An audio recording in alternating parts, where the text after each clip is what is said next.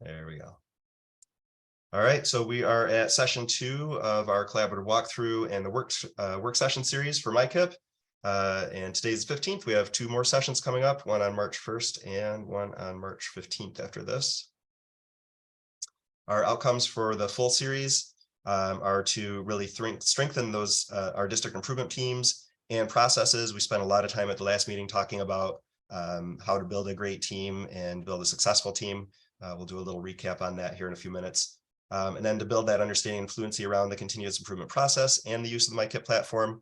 So we're really digging into both, what does it take to be really successful at continuous improvement in general, and then how can the MICIP platform assist with that? And then finally, emphasize the importance of monitoring and adjusting to actualize that continuous improvement. So the thing that makes continuous improvement continuous is that we are really closely monitoring the things that we're putting into place and we're making adjustments. Today, we're going to be talking a little bit more about the platform and getting all caught up in that. And really the next session on March 1st is really going to be digging into that monitoring and adjusting piece. So hope to see a good crowd on that day. So for today, we are going to change things up a little bit from what was put out originally. So I want to really talk about what we're going to do today and just ask everybody to make sure that that fits with what their needs are. If it doesn't, then you're welcome to join us at the next session. I think the next session is going to be great, but had to switch up today a little bit.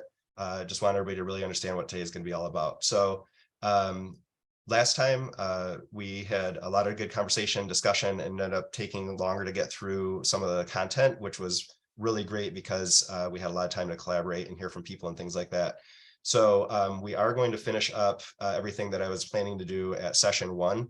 So we are going to get all the way through goals and end targets at the session. And then we're going to have some time to collaborate in our breakout rooms around that. And then we are going to really kind of move that whole piece on strategies and activities, which is what we were hoping to dig into today. We're going to move that to sessions 3 and 4. After our break today, we're going to hear from Ben. Ben is going to talk, Ben Borkel from MDE is going to talk about MICIP requirements this year, the memo that went out about all active goals that's been out for a while. So we're going to understand a little bit more about what it means to have all active goals.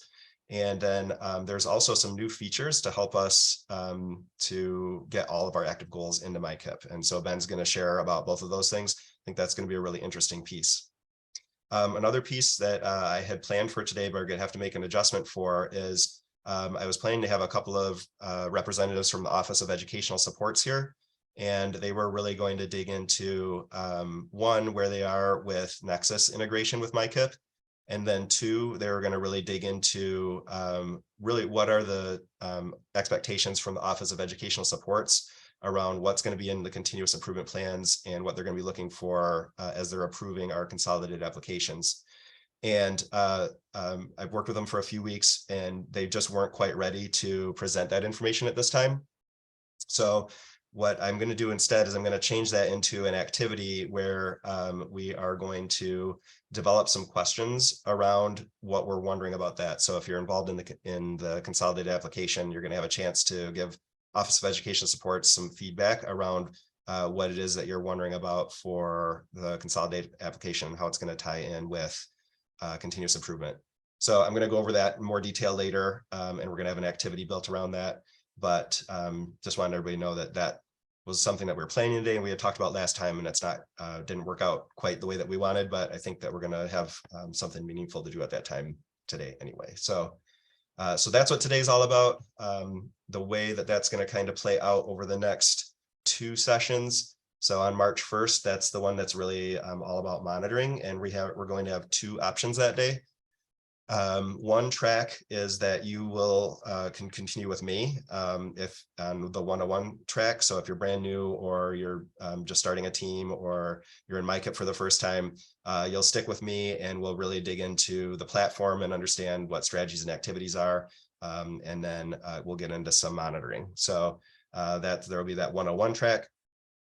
And then for option 2, you'll go into a different room with Hilda.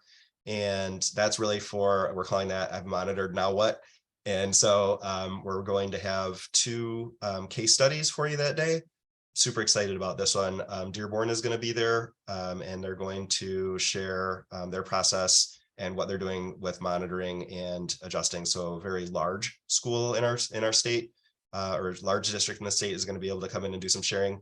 And then we have a medium-sized district that'll be here. They have 3 elementary schools, 1 middle school, 1 high school. That's Fruitport Community Schools, and they're going to kind of do the same thing, talk about their process and what they're doing for monitoring and adjusting. So I'm super excited to have 2 districts come in and share their processes for everybody else to learn from. So next session, that's kind of what we're going to do. We're going to have those kind of 2 tracks for folks to take. And then on the 15th, we are going to have multiple breakouts that day.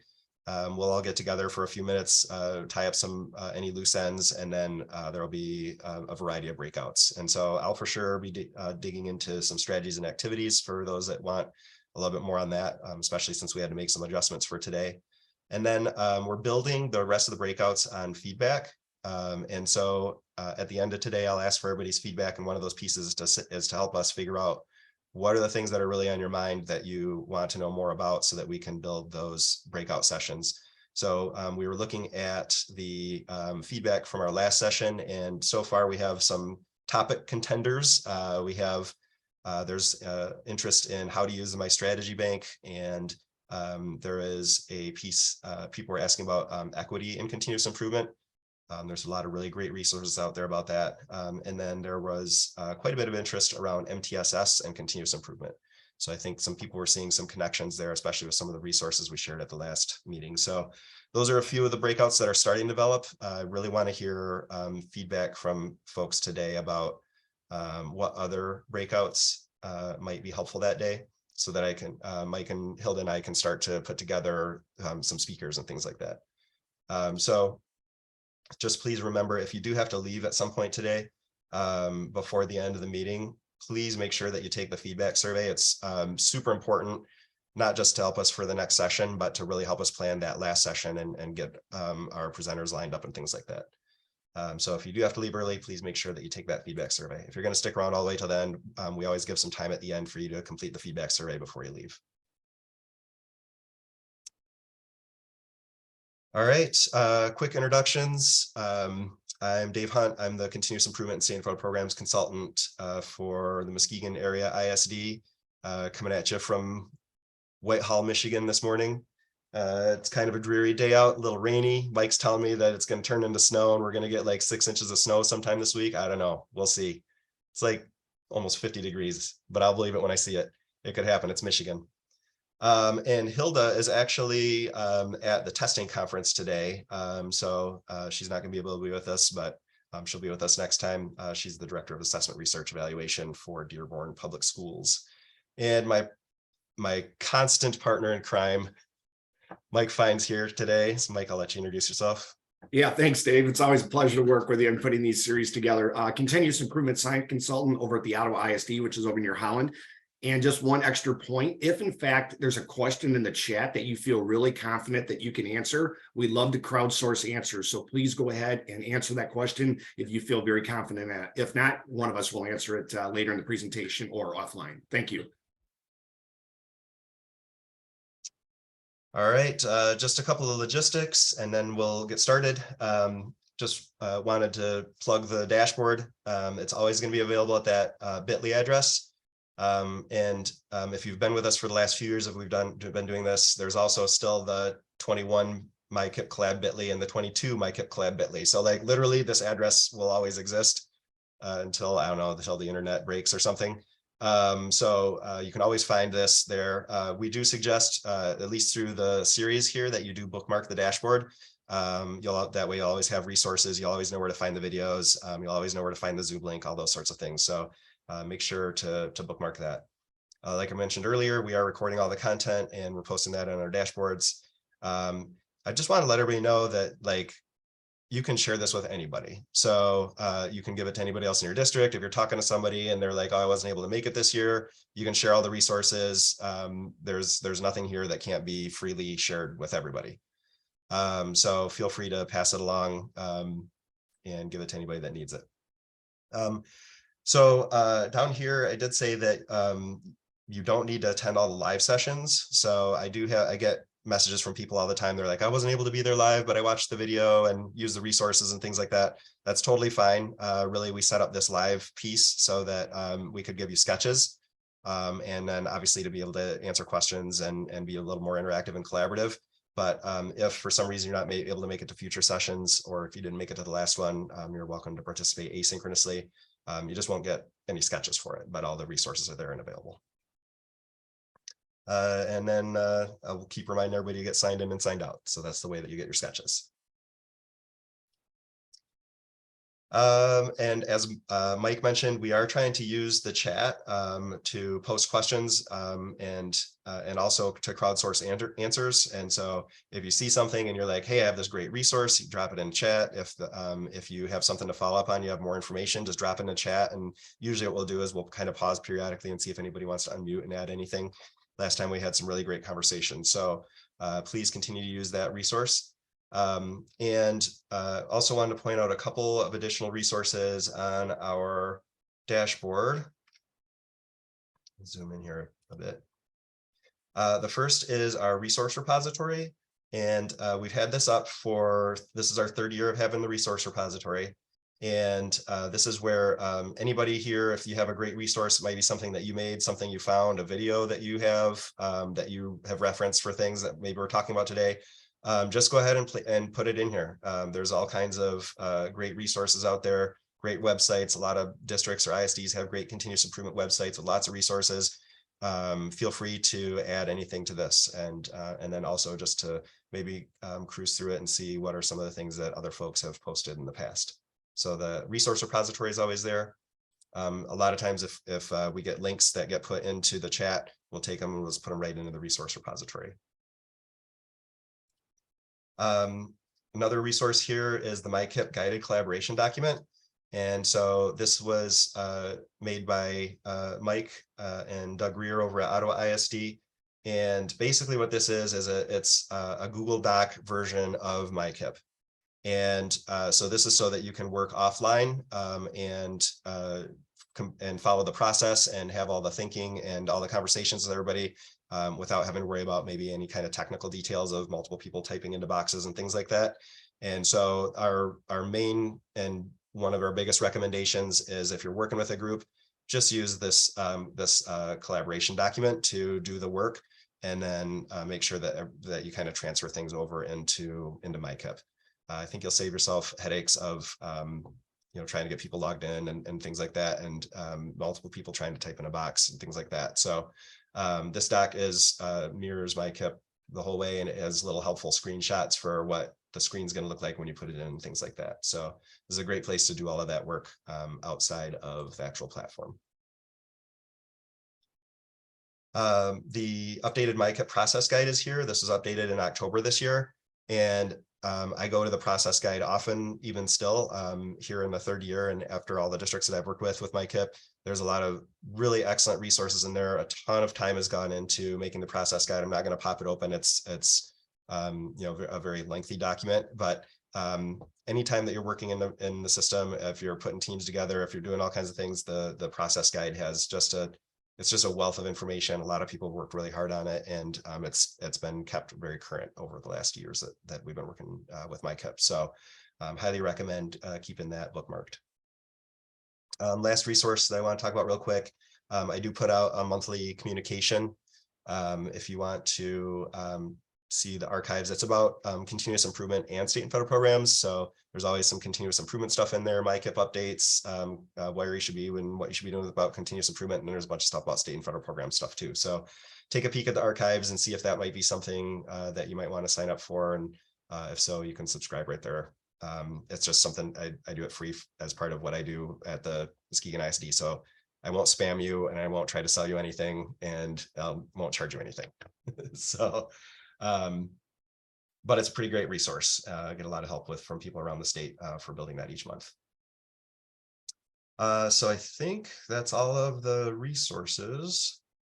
Thinking back to our session from last time, we have a Jamboard that we're going to ask everybody to participate in as part of our feedback at the end of the session. And Mike and Hilda and I got together in between and kind of grouped up, and we found a couple of main themes that we wanted to bring out. And one of the things was that we had shared a goals flowchart, and a lot of the participants found that really helpful. There was a lot of feedback in the survey about it, and then a lot of folks left their Jamboards about it, saying that this was going to be one of the main things that they took back to talk with their districts about. And so this was a flowchart that was made out of Calhoun ISD. I have that linked. Have it linked in here somewhere. Mike, where'd I link it? Well, it's definitely down here on our day one session, the goals flow charts. This is the one right here. But I also have it linked in the presentation. I'm just going to pop it open real quick just so you can see kind of what it's all about. This was basically trying to answer the question or help people answer the question of how many goals should we have. And so what the flow chart did was it says, well, this is what it might look like if you just made one big systems goal. And so they said, if you had one goal, it might be a big systems goal. And here's the kinds of strategies and activities that you might set up, or how you might set this up to just have maybe one big systems goal. And then they just go through and say, well, and they kind of take the same theme. They say, what would that look like if we kind of broke it into two goals? And so then they broke it into two goals with multiple strategies, and they kind of take it through to say what it would look like with 4 goals, 5 goals, things like that. And I think it just really helps people kind of conceptualize where they want to go with their continuous improvement plans, so that you're not just kind of stumbling into it. And just kind of tries to help get that concept down of there's lots of ways that you can do this. It's set up to be flexible. The system is supposed to be flexible so that you can write the goals the way that make the most sense for your organization. So like, how big is your organization? How many schools do you have? What kind of teams do you have set up?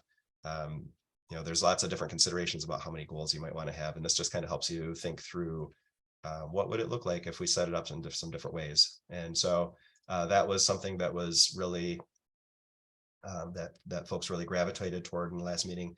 Another thing that people were really interested in or thought that they're going to bring back to the district a lot was this idea about being really intentional about the data that you select, and using data to even kind of help to guide what kind of goals are we going to write. And so I want to talk a little bit more about that, just to kind of bring that forward for this for our work today. So really kind of out of our last meeting, one of the main things that we talked about was there's really a lot that needs to happen in preparation and to be ready to write your plans. And we spent probably half of our time at our last meeting really talking about all the stuff that really has to be in place to be successful with doing continuous improvement and having and being able to put those plans into place and monitor them and adjust them. And that's, I think, what people were really getting at with that data piece. And so at our last meeting, we spent a lot of time talking about teams and processes and having the right continuous improvement mindset. And I won't go back over all of that. That was all in the video from last time.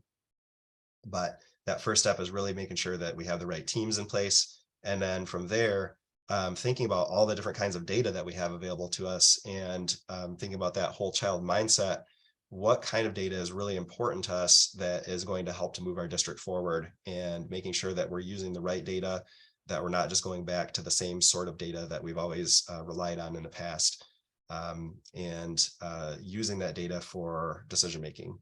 And then kind of this next square here is really that understanding, now that you have a good team and that team has the right data, what are those areas that you're really going to dig into in your plan? Because the kind of decisions you make as you start the process, that's what's going to end up with how many goals you have and that sort of thing. So each time that you start a new area of inquiry, that is going to turn into a goal. And so we want to keep that a very manageable process. And that's where I think some of those flow charts that we're just showing help. So after you've done all of that work previously, now you're ready to kind of engage in the process. And so I understand that things don't always work linearly like they're shown here. And so maybe you don't have some of those things in place, and yet we still have to get our plans going. And so these are just some considerations about what are some things that maybe you could do to strengthen things up as you move forward. Just wanted to pause there for a minute and see if Mike or Ben or Terry might have anything to add at this point, or if there was anybody that attended the meeting last time that wanted to just kind of chime in and maybe add anything to the conversation so far. So just want to pause there to see if anybody wants to jump in.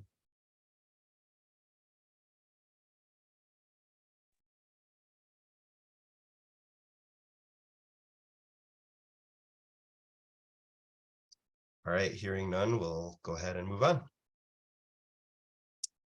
So last time we were here, we started working MICIP and we made a practice area of inquiry, and we started working through that process. So we're going to continue doing that today. So I'm going to pop over to the training site.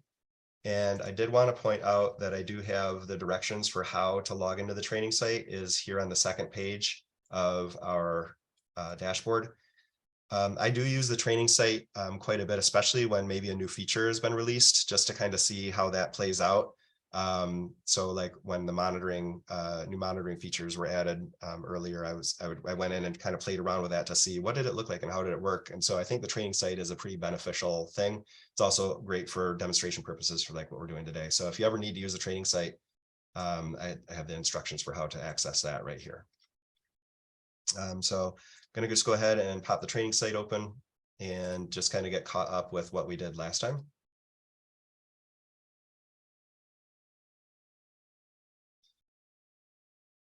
So here in the training site, there's always this, there's a practice goal that's already in there that you can kind of get around and like you can mess around with it and see how it turned out and that sort of thing. You can monitor it and adjust it. You can do whatever you want. It's just a practice goal. It's in there all the time.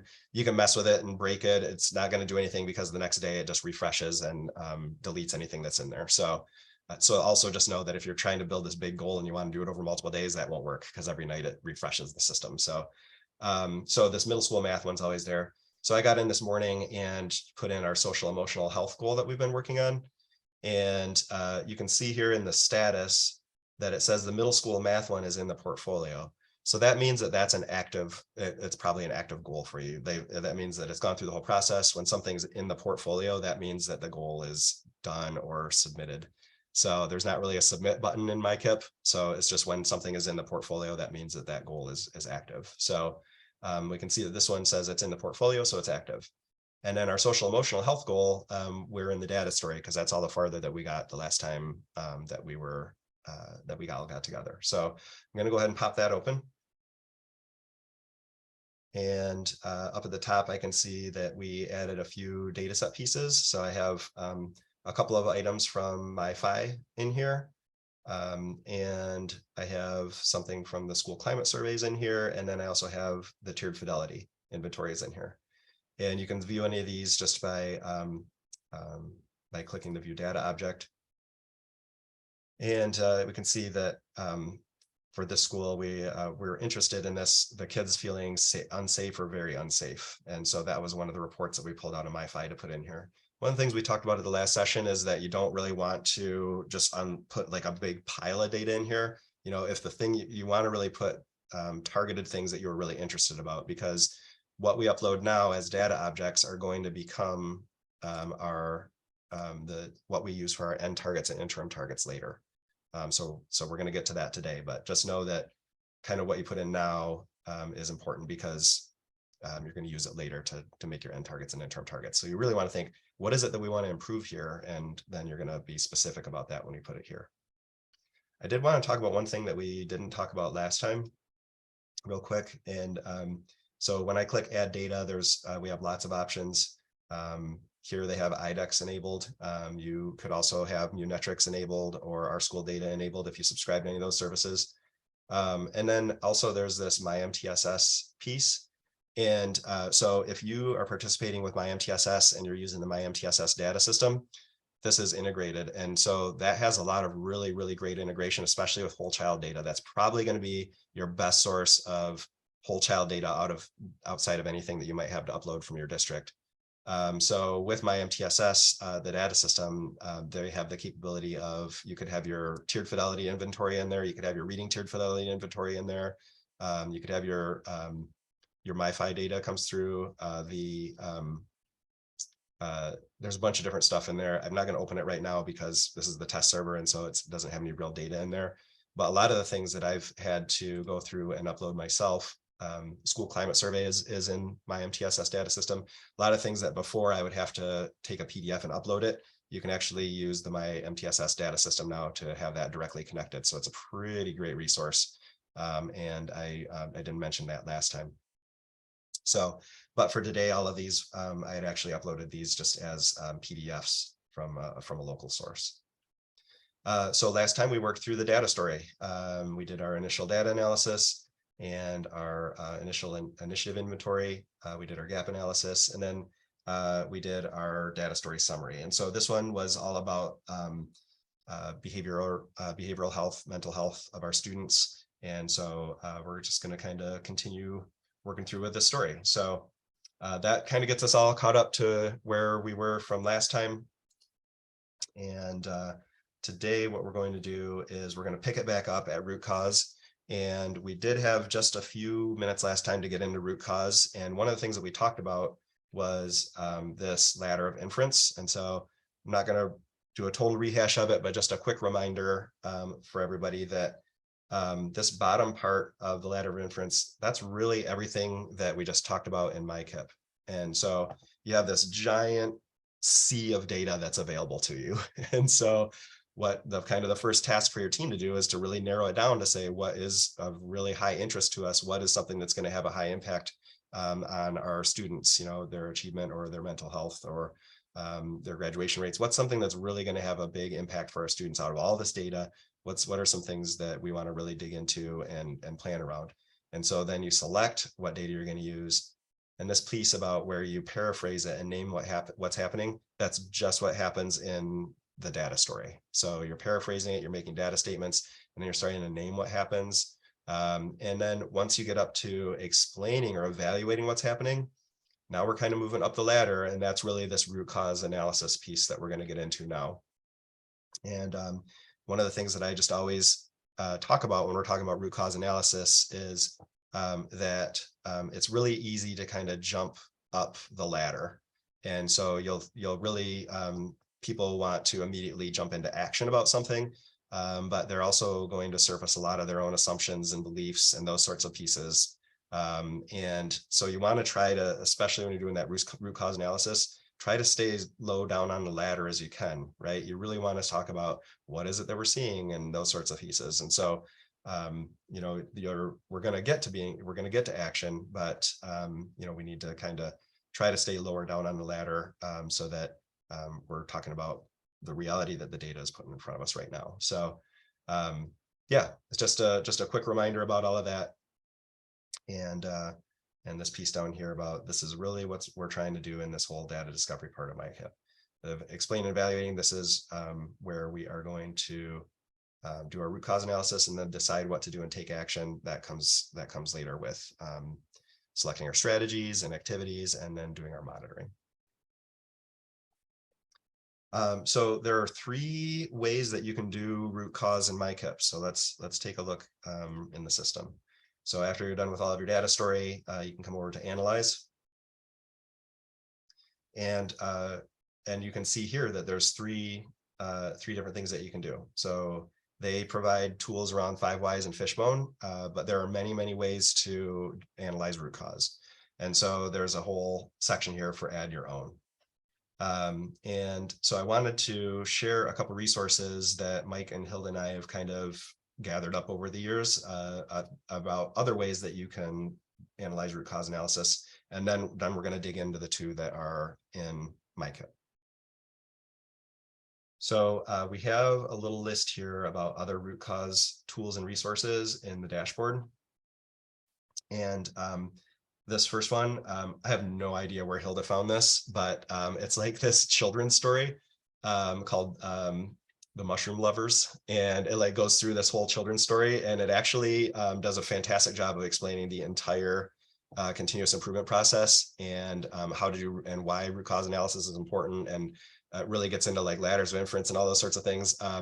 It's pretty fun to read. So I really recommend people take a peek at that. And then I don't know if you you know, teach upper L or middle school, it might actually be something that might be interesting for your kids too. But we just love this, and so we put it in here. But we just have some other examples of ways to do root cause. There's a really great resource here that just kind of gets into three different ways to do that. We have relationship diagrams, improvement theory, and a systematic diagram. So just a couple of different ways to look at it. And then force field analysis. I have actually used this one really recently. And this is a pretty interesting way to go about doing it. It starts to think about like, what is it that we want to make a change around? And then it really gets you to start thinking about what are some things that are going to really push this change and help us move forward? And what are some things that are going to resist it?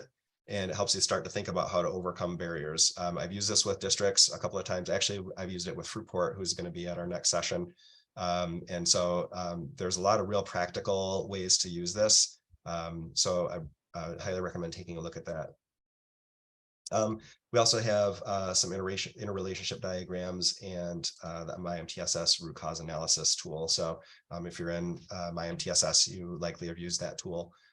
So not going to go into all of these, but just wanted to point out that there are many, many ways to analyze root cause. You do not have to do 5 whys. You do not have to do a fishbone diagram, but those are 2 research-based methods that are built into the system. And just to point out, if you were interested in that ladder of inference discussion that we were having earlier, there's a nice video that kind of goes into that and explains it probably a little bit better than what I did. So just some resources there about other root cause tools that you can use. And in MICIP, you are welcome to use, you can come right in here and you can click add your own.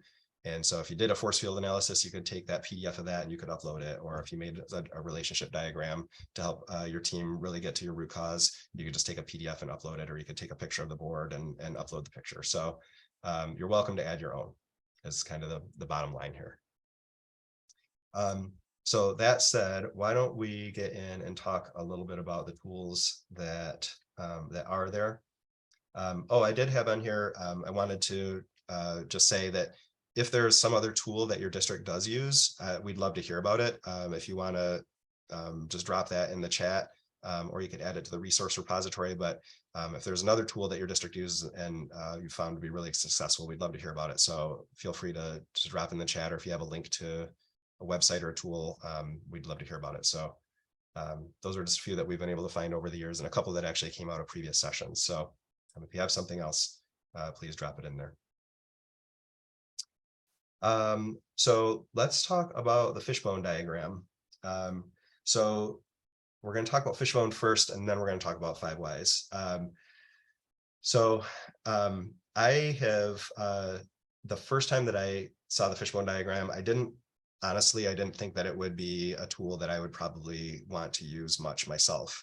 But since then, I have found it to be actually a very, very helpful tool, especially when you have a really thorny problem that you're not even sure where to start to figure out the root cause. Or if you have maybe something that is a little contentious that you need to work on. And it really helps you to consider the problem from a variety of different angles. And so the premise behind the whole thing is that you're going to take the problem statement from your data story. So that's that piece that you really developed at the end of your data story. What's the main thing that what was your main takeaway? What was the main thing that you want to work on? And you plunk that kind of into the head of the fish, right? So you put that at the beginning of this diagram. And then you think about what are the main drivers behind that issue. And sometimes you can develop those drivers yourself, and sometimes it's easier to start with some pre-made ones, which I'll talk about here in a minute. But you put those drivers out at the end of the fishbone, and then you start to think about, you detail out all of the things about this first driver. So like, what was it that made this important? What are the factors that are leading into this driver that are contributing to this problem or this scenario that we're trying to work on?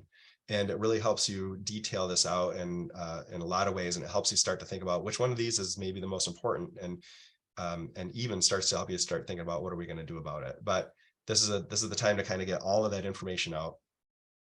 And so when you're making those drivers, sometimes you can do that through a brainstorming session. And that's usually, if you want to make your own drivers, you kind of start that and you say, okay, so what are maybe some of the main contributing factors? And then you kind of brainstorm with that with a group.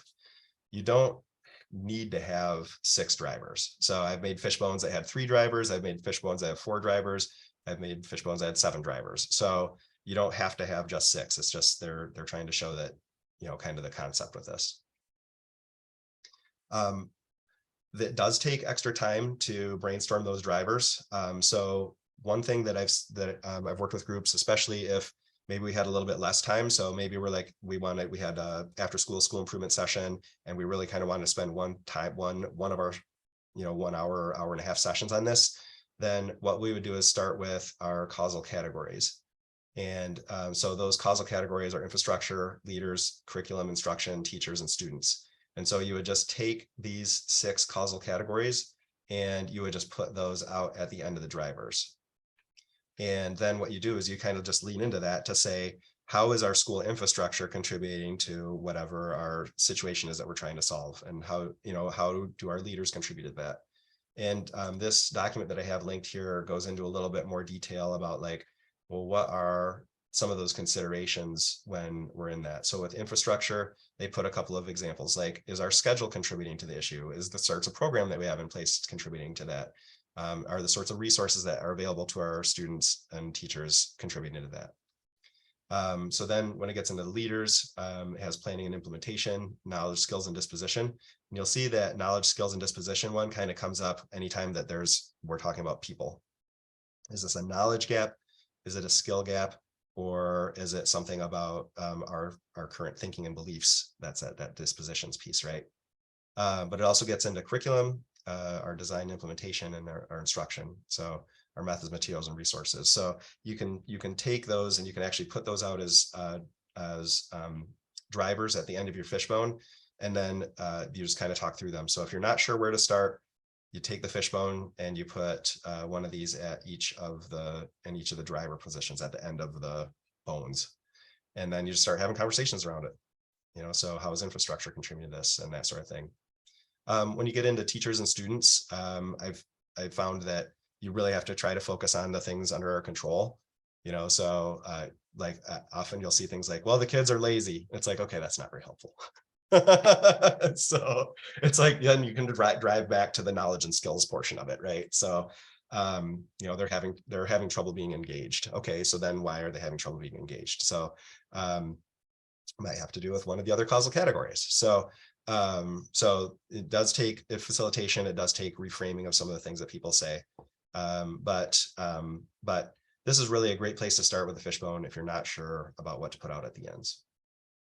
So let's take a look at an example of one that's completed. So this was, if you remember, we got to the end of the data story and we had a social emotional data story. And so what we said, kind of our problem statement we put in here, the school needs to better respond to student social emotional health concerns. And with this group, when we made this, they decided that they wanted to make their own drivers. And so the drivers they came up with was lack of communication with parents, lack of family engagement, disjointed community supports, initiative overload. I'm sure nobody here can possibly associate with that. Lack of professional learning, and concerns with how we engage students. So those were the main drivers that this group came up with around their problem statement of responding better to students with social emotional health needs. And so you can see then they started to detail it out. Oh, we only have one way of communication with parents, where we only email parents. If we look under the initiative overload, there's this new MTSS program, there's a new social emotional program, there's new curricular resources, we have a new student health clinic. So like everything was new and it's all coming at us at one time, and we're trying to do it all well at the one time. The one that I want to focus on here is this lack of professional learning. So they said any professional learning that they had around SEL was not job embedded, it wasn't sustained, and there wasn't any kind of coaching established with it. And I wanted to focus on this because this is the area that this team decided to focus in on. They knew that these other things were all concerns, but the one that they felt like was something that they could move forward with their planning on was around the professional learning for their staff. And so what this helps you do, it helps you get it all out on the table. And then you have that opportunity after everything's all out on the table, then you can really start to think about which one of these might be the most impactful for us to dig into. So that's what the fishbone's really good at. It helps you really think through it, get all the ideas on the table, think about all the possible things that are contributing, and then the group can really start to think about where do we want to dig in and learn a little bit more about this. So what you can do with the fishbone then is you can actually take the fishbone and that can become a new source of data that you actually put into your data story. So I wanted to kind of talk about how to do that. So if you remember in here in MICIP, you can add your own, you can do a fishbone, or you can do a 5 whys. It doesn't really give you the capability to do multiple things, but I think that doing the fishbone and the 5 whys is extremely powerful. And I'll kind of talk about why that is. And so what I recommend in this case, it's not going to be like this every time because you can do your own, or you might just be able to jump straight to 5 whys. But in this case, we wanted to do the fishbone and the 5 whys. And so what we're going to do is I'm going to go back to discover data. And I'm actually going to just use that fishbone that we just looked at, and I'm going to make it a new piece of data in our data story. Just waiting for the wheel to stop spinning here. I don't know if anybody's ever tried to demo live tech, but it's always fun. Dave, hit refresh. I'll Hit your refresh. That'll kick it in. There you go. Thanks for the tech help, Terry. So I'm just going to go back to our social emotional goal here. And what I can do is I can add a new piece of data. I'm just going to upload a piece of district data. And I'm going to take that SEL fishbone that we just talked about. I'm going to drop it here. And I'm going to say that this was our February 2023 fishbone. And if I wanted to, I could put more of a description about what was there and things like that. But I'm just going to pop that in here and just this is just something. This was an other piece, so I'm just going to say other. And I'm going to add it to the data set. And so now we have our fishbone diagram is now one of our data objects. And so this is in here, and we could refer back to this later. Maybe we're going to fishbone around these same things in the next year and see if the same sorts of things are coming up, and then we could upload the new one. So this is just a good way that you can say, you know what, we're going to do the fishbone and the 5 whys. And by doing it this way, then we can go ahead and put this in. So Terry mentioned that you can, if you're just going to do the fishbone, you're absolutely right. If you're just going to do the fishbone, then you could click fishbone, and then you'd be able to, if you click analyze root cause here, then you could actually add a document here. You can put a summary of it. No question. And thank you for pointing that out. If you want to use a combination of them, though, I wouldn't be able to go back, and now that the fishbone's here, I wouldn't be able to go back and then also add a 5 whys. And so I was kind of going into a scenario here where we wanted to dig more into that professional learning piece of it, doing a 5 whys. And if you want to do both, then this is kind of a mechanism to do that. But Terry, thanks for pointing that out. I should have followed that through all the way to the end to say, yes, you can actually upload your fishbone diagram here. One other thing that I'll say about the fishbone is you'll see that this is just a picture of a fishbone. You can't actually kind of fill it out here. And so you need to use an external fishbone to complete the process. So I wanted to show you a few of those. So I'm back on our dashboard under fishbone. I do have that causal categories document we looked at earlier. I have 2 fillable fishbones here. One is a PDF version that looks nicer and is a little easier to fill out. But you'll find that the boxes aren't very big, so and they're limited. So you can't add more boxes, or you can't add more fish bones. So it's just a little bit limited. You could put 4 here, 3 here, and 2 here. It's just limited. You can't expand it out. You can't make it bigger. You can't add more boxes and that sort of thing. But it's pretty easy to fill out. So that's one example that you can use. And then the one that we demoed today is in a Google Doc.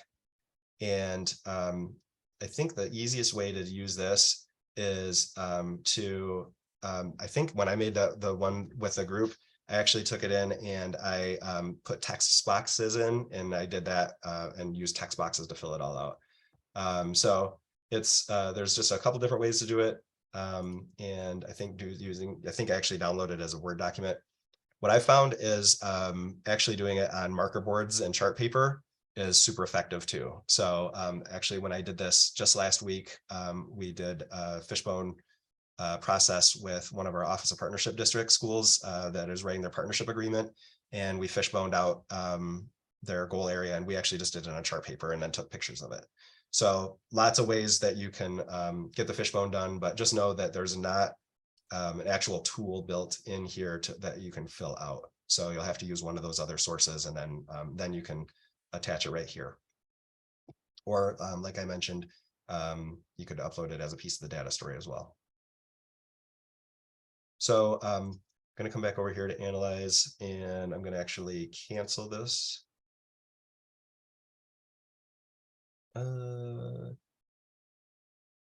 Change tool, that's what I meant to do. So we went into the root cause and we were thinking, we did the fishbone. I'm going to change the tool because I want to talk about the 5 whys. So let me just pop back over to our presentation here. Hope I'm not making everybody dizzy by popping between resources. So I want to talk about the 5 whys. I'm guessing that many of you have done 5 whys before. So we won't spend a ton of time talking about it. But basically what you do is you take your problem statement, you plunk it at the top, and then you just ask why, so why is this here? And then you get an answer, and then you ask why again. And there are research pieces around why 5 is the correct amount of times to ask. I have found that you don't always get to 5. In fact, the answer I'm going to share today, we asked why 4 times instead of 5, but we felt like we got to our answer.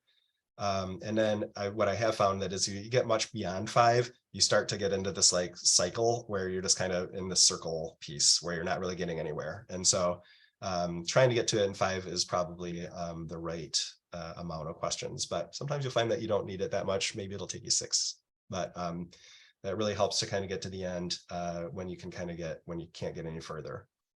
And so when you're doing the 5 whys, I just remind everybody to think back about that ladder of entrance that we were talking about. And one thing that I found that is probably a little difficult for groups is keeping the statements that they make. The reason when they answer the why is keeping it in the realm of what we can control. And so I did the 5 whys around why some of our kids, so this is when I was a principal, of why the kids were having a hard time with their phonemic awareness. And like the why quickly became because the parents didn't read to them when they were babies. And so it's like, hey, that's not in the realm of anything that we can control. And so like we had to like redirect and kind of back up a step and start to think about what are the things that we can control. And even, kind of going back to those causal categories, is it something about our curriculum? Is it something about the professional learning that we have? Is it something about our infrastructure? So do we have time? Do we have time allocated to teach phonics? So those sorts of things. But anyway, keeping the statements in the realm of what can be controlled is really important. I put in here that the 5 whys that might not work really well for a really large and adaptive problem. And that's why I talked about the fishbone first, because the fishbone is much better for that. If you have something really big or it's really meaty or there's lots of causation going into it and you need to narrow it down, then starting with the fishbone diagram is preferable. And then you can say, okay, which area do we want to dig into? And that's a great spot to go with the 5 whys. And that is kind of the example that we were talking about today. So in here, this team really wanted to dig into that lack of professional learning around social emotional learning. And so they went through and here's what they came up with. I'm not saying that this is perfect, but this is what the team came up with. So it said, why 1? They said there was a lack of professional learning. So the question was, why do we lack professional learning around how to support social emotional needs of our students? And so the answer from the team was because there are so many competing priorities for our time. So why? So you take the answer and you turn it into a why. So why are there so many competing priorities for our time? And this team said, because academic time is prioritized. So we turned that into the why. So why is academic time prioritized? Because the schools are measured on how well students do academically, and there's a lack of understanding around what the SEL skills and social emotional support will improve student academic performance. So you turn that into the why. Why is there a lack of understanding that this SEL skills and social emotional support will improve student academic performance? Because we have not educated staff, all staff members and leaders about this connection. And this team decided to stop here. And they thought, this is something that we could focus on and we could move forward as a goal that we could make strategies and activities around. And so they said, stop here. We need to educate all staff and help them to understand why this work needs to be a priority. And we want to make the connection between social emotional learning and academic success. So that was the example of them moving through. And like I said, it didn't take them 5 steps to figure that out. They were able to figure that out in 4 steps. So I'm going to go back over to MICIP now, and I'm going to click on 5 whys. And when I just click it, it kind of explains what it is. And then I can click analyze root cause. And that will bring us into our the tool that we can use. And so this tool is embedded right in the system. And so says explain why the data story is the way it is. So I'm going to go ahead and I'm going to take that first statement and I'm going to plug it in there. So that was why do we lack professional learning around social emotional supports? And we said because there are so many competing priorities. So I'm going to hit add why. Now I'm down to why 2. So I'm going to go ahead and add that one in. And then I'm going to add our why. So this is our 3rd why. And so you can see that when we did this, we did it in the that extended MICIP collaboration document. So it's just really easy to pop that over from the collaboration document. And then we had our Y4, and we decided to stop at Y4. So here, this is when we're going to finish this analysis. And there's a spot here where we can say that we might want to, maybe there was some new information that came up. Maybe we had some data that showed that we lacked professional learning. Maybe we could upload our professional learning plan or something like that. But you can add, there's a spot here where you can add more data to your story if you need to, based off of everything that you talked about with your whys. But for now, I'm going to go ahead and hit finish analysis. So at this point, then, you can see down at the blue bar at the bottom, it says that the root cause analysis is complete.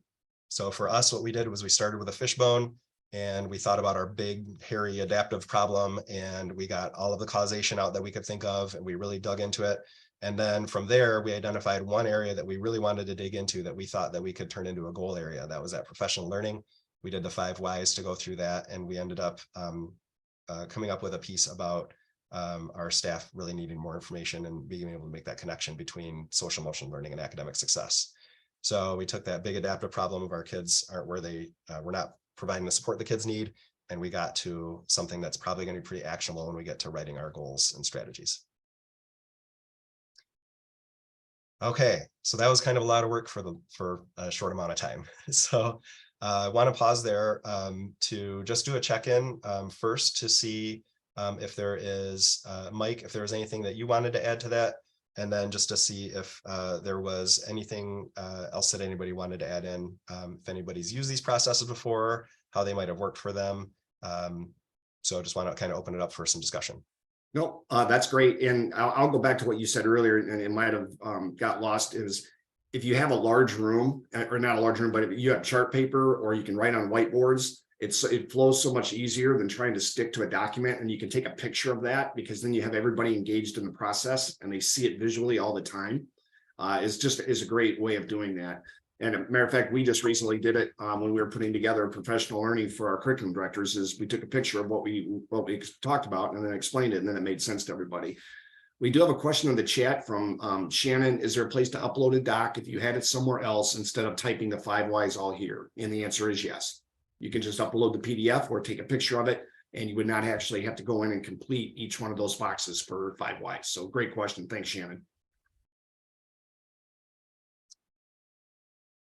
Terry or Ben, anything that you might add about anything to the conversation so far? Nope, thank you. Dave, you've done a great job. This is very thorough. Anybody that has used either of these processes that maybe just wants to talk about how it went, or maybe even some pitfalls, like what was hard about it? Has anybody tried these out? I know I'm just shooting from the cuff a little bit, but just want to see if there's anybody out there that maybe has tried it and might be willing to kind of weigh in on how that went. I'll weigh in. Go ahead, Teresa. We did this with a district in Macomb. We actually started with the with Fishbone and realized that we needed to do both. I think that a lot of people may think that they just can use one, but using both really helped. But we put both of the templates on a PowerPoint slide, and then we were on Zoom and we divided them up into 2 different groups, and they each did them. And then they came back. So it was more of a, you know, maybe 6 to 7 people in a group, and then they came back and we had like 14 or 15 people that kind of shared out. And it really worked well. It was difficult being on Zoom doing this last year with our district improvement team. But the interesting piece is this year, our team is already asking us, can we do the Fishbone and 5Y again? And they want it on that template. So you can put that template on a PowerPoint slide and they can access it through the Google Drive, just like you did with yours. And then you have that as evidence, obviously, that you want to put in MICIP. So that really helped us just get more voices into it. It was a little bit more intimate within those breakout rooms, so they were able to have more conversation. But we haven't tried anything else, but they really liked the Fishbone. I thought it was going to be a little bit difficult because it seems like it's a lot, but it really gets to that one, point that everybody gets to. And then we did the 5 whys. So that helped us in our process.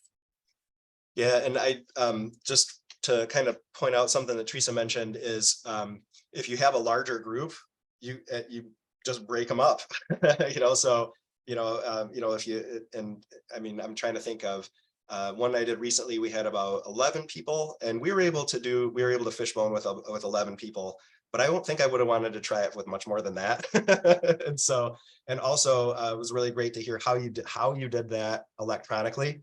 So yes, I think having it on slides and those sorts of things, and you could have little text boxes that you would add to it and things like that is definitely a great adaptation. I have seen somebody do this with Jamboard, and the Jamboard worked out pretty good. Yeah, so there's I know that we are, just like today, kind of live in a virtual world. And so sometimes being in a room and talking and chart papering and stuff like that isn't really possible anymore. So yes, I think those are a couple of good adaptations. So I'm glad to hear that your team kind of found the same thing that we did, that you had to do both, and then that really kind of helped you to dig in and get to the bottom of that. Just want to see, hey, Lisa Asaro, do you mind popping on and just talking a little bit more about the comment that you just left? I think it's pretty poignant. Yeah.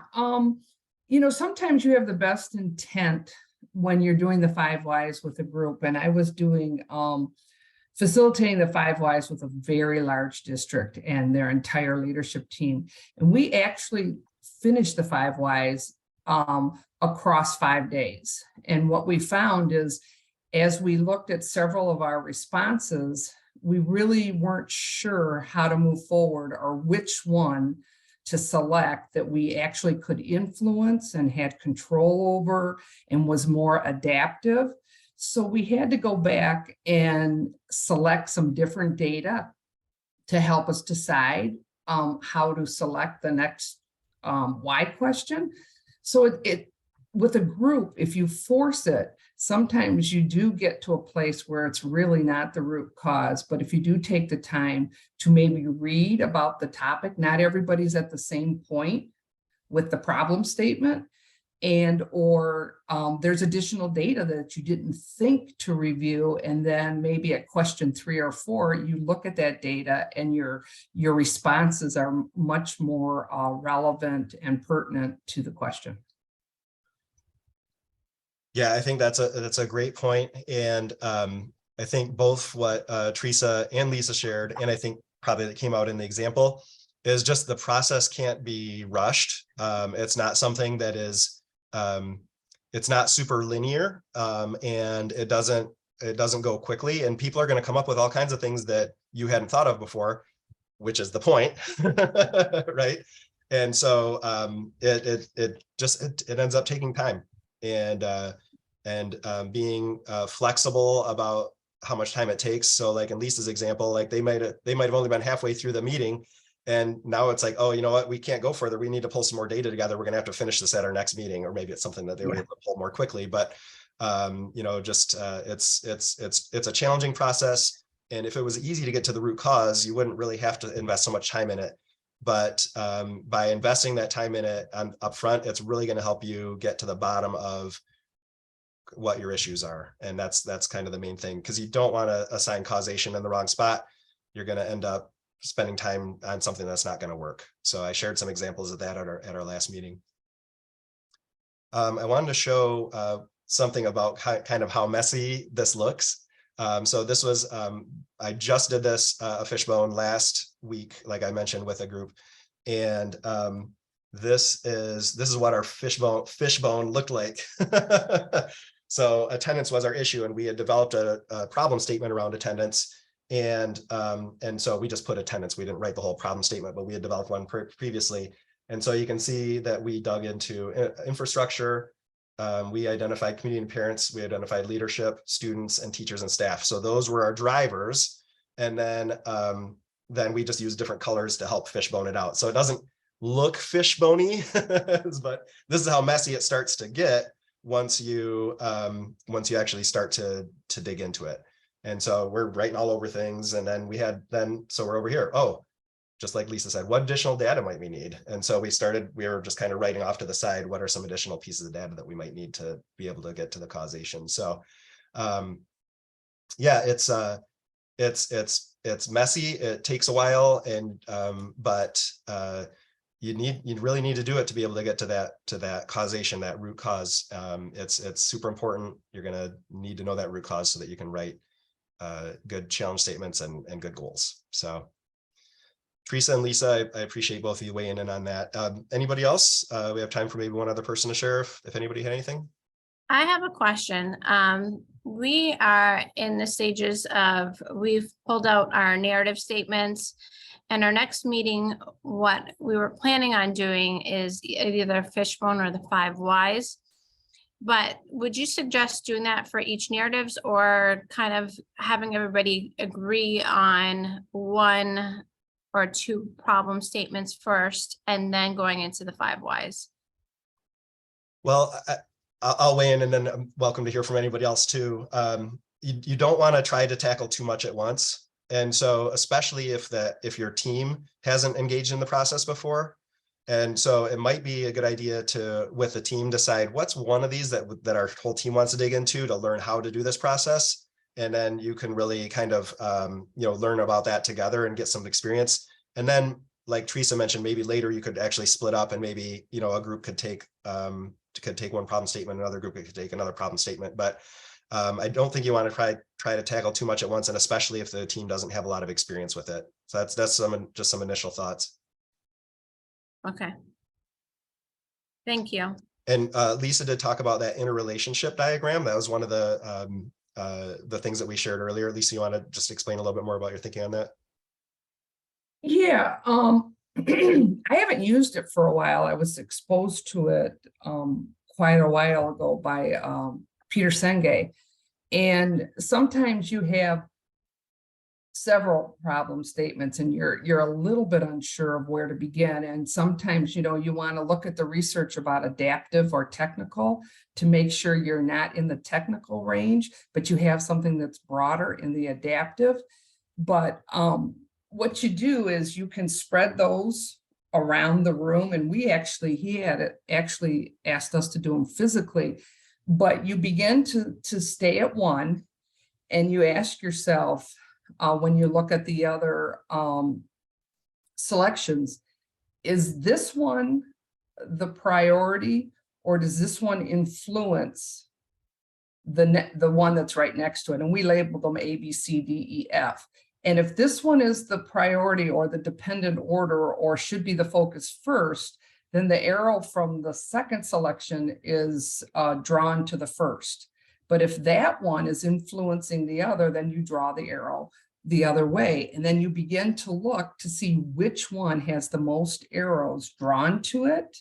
And that helps you begin to think that by tackling this, you will also probably touch upon the others, or you don't throw that away, or you don't throw those problems or challenges away, but you might cover those when you're doing your root cause analysis or when you get into your planning. So you keep those, but it is a way when you use the interrelationship diagram to look to see which one is the priority or the dependent one. And if you tackle that first, you might also be removing some of those that are really maybe less significant at the moment, or doesn't have the same amount of influence if you tackle it.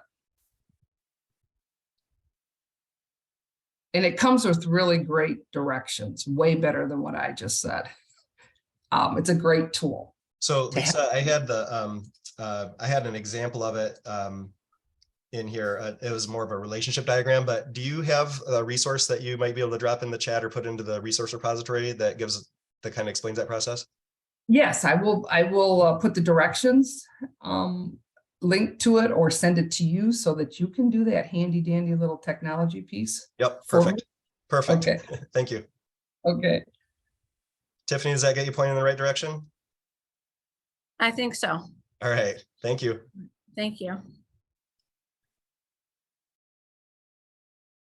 All right, so just going to do a quick check-in back to all of our resources around this, and then we're gonna move on. So in here again, we have the fillable fish bones. We have that causal categories piece, the completed fishbone examples in there, so you can take a look at that. Really like Teresa's idea about doing that with in a Google Slides in a collaborative setting, a collaborative virtual setting. And there's really no magic to what it looks like. So you could literally just kind of open the slide deck up and kind of do something like what I showed with the handwritten one that we did. 5 whys, I have some links here. There's a 5 whys template. It's nothing magical. It's like literally 5 boxes. So, but you can fill that out. There's a video on 5 whys that goes in and does a good explanation around it. There's a piece from the National Implementation Research Network that talks about the 5 whys and why it's used and things like that. So I think that was everything that I really wanted to cover with root cause. I think we had a good chance to dig into that and talk a little bit. Next part I want to get into is the actual goals and targets and interim targets. And so we're going to talk about 3 things here. And then when we're done with that, we're going to get a chance to get into some breakout rooms. Mike, could you do me a favor and put our breakout rooms together? I totally spaced out doing that today. If you go to, sorry, everybody, quick logistics piece. Mike, if you look at our sign-in sheet, there's a tab in there that says, has a list of all of the teams. If you could make a room for each team and then maybe make an additional 10 rooms or so that people could go into.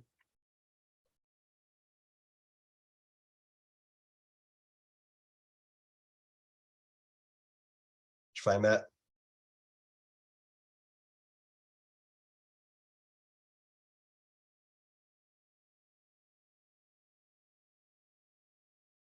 You good, Mike? Oh, you're muted. Nope, I'm at the teams at the bottom, so I'll make 4 of those groups. Yeah, so if you could just make a room for each of the teams and then an additional rooms 1 through 10 that people would get into when it's time for breakouts. Thank you. Sorry, everybody. Quick logistics there. All right, so let's get into goals and targets and interim targets, and then, like I mentioned, we'll get into some breakouts and have some further conversation. So wanted to start with challenge statements, and a challenge statement is this. It's kind of an in-between step between your root cause analysis and writing the goal.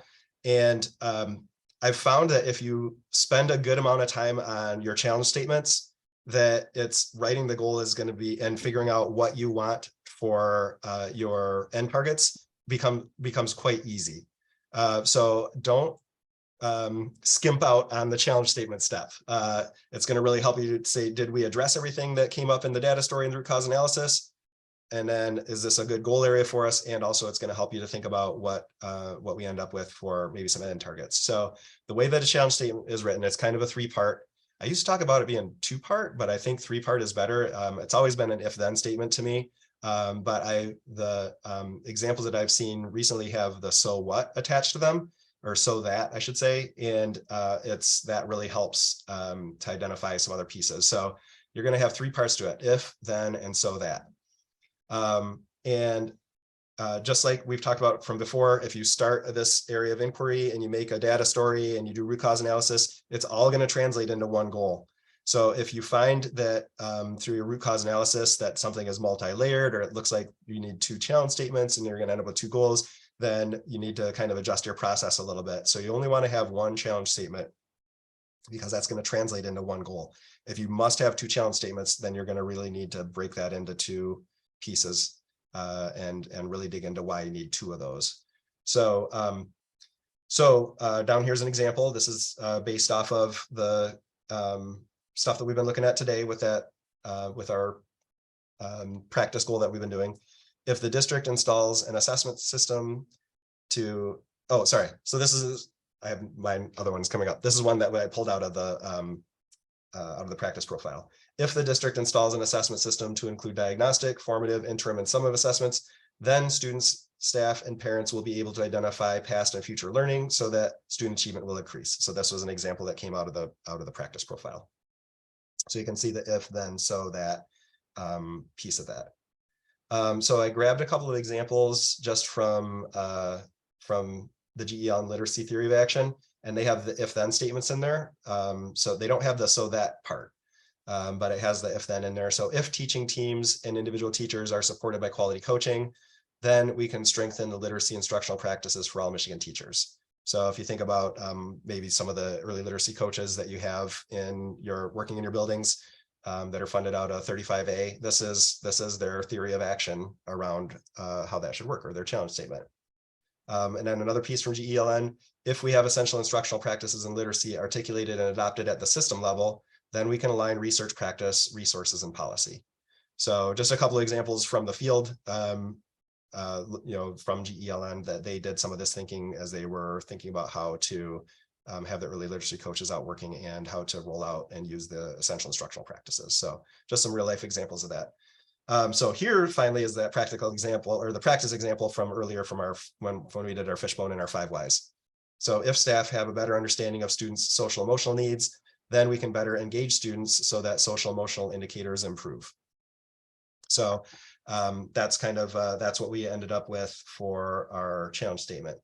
And so you can see the if part really comes out of our out of the root cause analysis, and the so that social emotional indicators improve. This is really what we're going to look at for our end targets. And the then is really what we want. That's kind of our goal. We want to better engage students. So if is really kind of related to your root cause, then is going to be related to your goal. And so that is really related to the sorts of data that you're going to want to see to make sure that you're having the outcome that you desired. So that's why you want to kind of have all 3 of those parts, and spending some time thinking about it is really going to help you write your goal. So I'm going to just pop over to MICIP and go to where it says define the challenge statement. And I'm going to go ahead and copy and paste that over.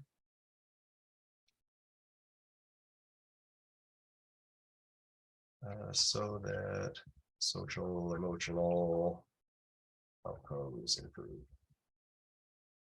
So there's our challenge statement. Again, spending some time on that really is beneficial. It's really going to help you connect the data, your root cause, to your goal, and the sort of evidence you're going to be looking for. So from here, I go to define goal. All right, so let's pop back over and talk about defining a measurable goal. So I know that we've talked about this a lot, but I want to keep talking about it.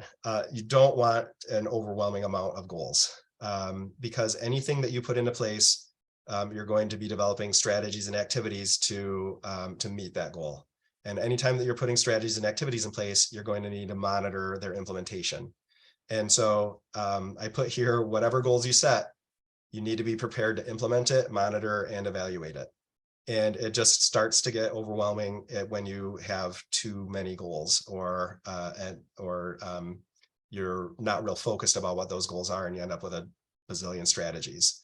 And so you'll see, as we especially get into developing our strategies and activities and thinking about how to monitor, that the fewer goals that you set, the better. And because you're going to be able to focus on them, you're going to be able to make improvements, and you're going to be able to monitor and make adjustments. But that work of implementing, monitoring, and adjusting it's the real deal. It takes in a lot of effort. And so keeping it to a small number of really meaningful goals is going to be beneficial. Yep, and think of the flow charts that we discussed earlier. So that gave us a variety of examples, right? So if you had one goal, then you might end up with multiple strategies. If you have multiple goals, then you'll have a fewer number of strategies, but you're still going to have to do the work regardless of how you set it up. So I want to talk about SMART goals, and the way that MICIP is set up, and I hope that we'll be able to see this when you get in there. It's a little wonky if you try to put a full SMART goal in the goal section, because you're really going to get at the time-bound nature and the data, the results-driven nature of it. You're really going to get at that down in your end targets and interim targets. And so I actually recommend writing your goals a little bit differently.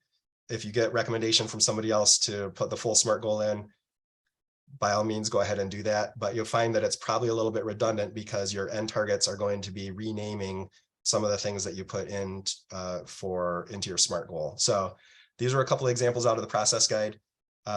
So across the middle schools in the district, decrease student absenteeism at each grade 6 through 8 from blank percent to blank percent as measured by the attendance reports in June of 2024. Okay, so that puts in all of the detail.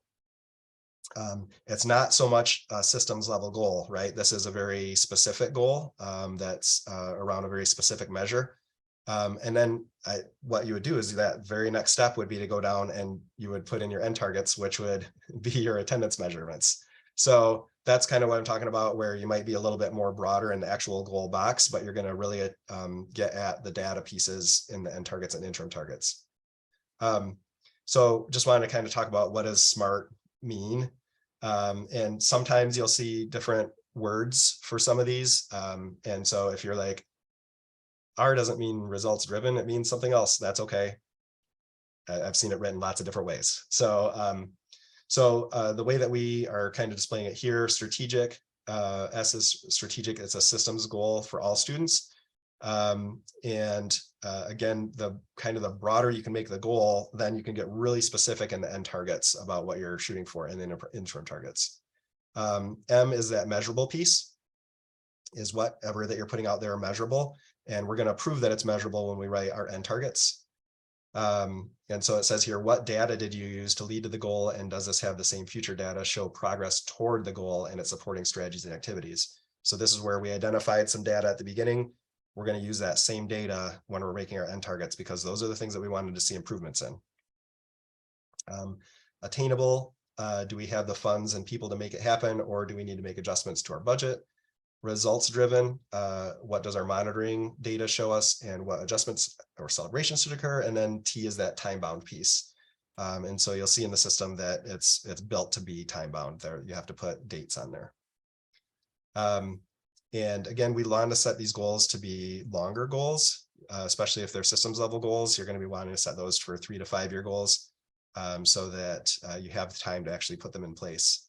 And that's something that was really different than before. If you've worked on continuous improvement or school improvement before, and you had to spend a lot of time in assist updating your goals every single year.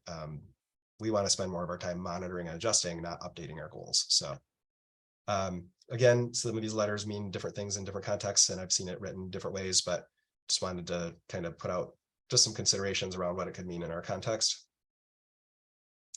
So with our practice goal, what we did was we said that we want to improve student engagement and social emotional outcomes across all subgroups as measured by the MICIP and the school climate survey by June of 2025. And so you can see that we didn't put in any specific measures from such and such to such and such, but we kind of kept that a little bit more broad. So like if we go back to that challenge statement, we can see if the students had, we can see kind of the connection between the practice goal and what we ended up with for our challenge statement.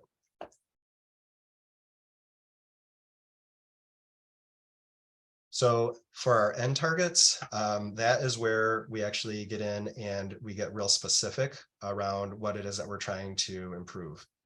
And so for our end targets, we said that we wanted to increase the percent of students that strongly or somewhat agree with I like school from 67% to 85%, as measured by the school climate survey. And we want to reduce the number of students reporting that they felt unsafe or very unsafe at school. And so those were some of the pieces that we identified, went through our data review, that were really concerning to us about the kids' social emotional pieces. So those are end targets that we want to see by the end of this. And then for interim targets, reduce the number, I got to change the dates on this. Reduce the percent of students reported that they feel unsafe or very unsafe by 3%. So an interim target is like, along the way, what can we do to do that? I'm also going to show you that there's a thing in there called tasks. One thing that we realized as we were doing this was that we need to have a better understanding, kind of more of that street level data that we talked about last time. We have to have a better understanding of the results of the school climate survey.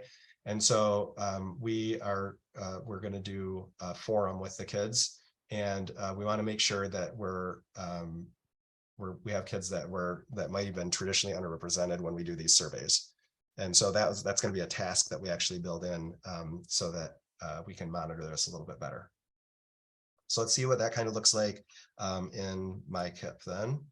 So we're at the define the goal section, and I'm going to go ahead and drop our goal in there. And one thing that I see is folks sometimes will forget to change the goal due date, and that becomes problematic later. It'll say that you'll have markers that says that your goals are overdue and things like that. And so make sure that you update your goal due date to match whatever it is that you're looking at here. And I've seen people come in and they start clicking after click for 3 years. If you just click the year, you can go to the year that you want. And then if you click the month, you can go to the month that you want. So that's much better than trying to click through 3 years.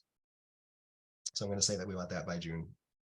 Right here where it says name the goal, this is just for your own purposes. It'll show up in some other areas of MICIP, but I'm just going to call this this is going to be improve SEL.